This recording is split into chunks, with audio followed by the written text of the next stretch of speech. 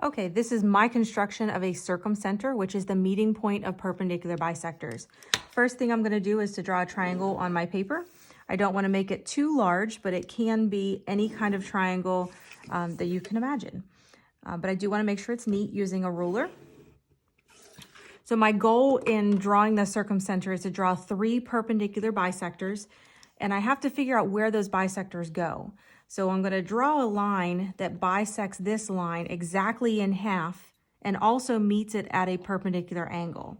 That's where we're going to use our compass to make sure that that happens that way. So in order to do that, we have the pointy end and the drawing end. The pointy end goes on the vertex.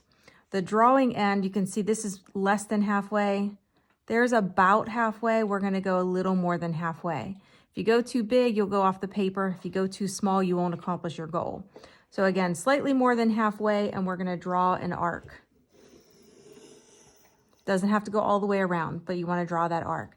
I'm not going to change my opening, but I'm going to flip it around so that my point goes on the other side.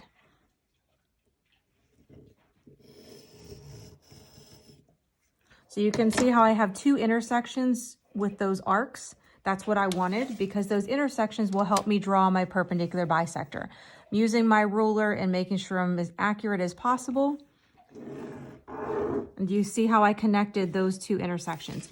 This blue line is a perpendicular bisector of this side of my triangle.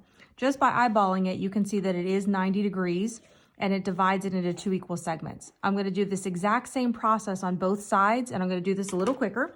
My goal is to see where those 3 lines meet. So I'm going to do this side next. A little more than halfway. Use the same opening. So using those 2 intersections, I'm going to draw my perpendicular bisector of this side. I want you to notice that I'm not erasing or worrying about extra lines on my triangle because that's kind of the purpose of constructions. You don't want them to be neat, you just want them to be accurate. Well, neat's not the word. Okay, so we're going to start on this side, draw another arc. I'm going to go a little bit more than halfway. Flip it around, do my other side.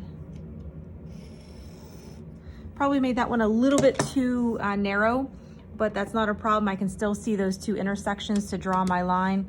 You don't want to make them too big or too little.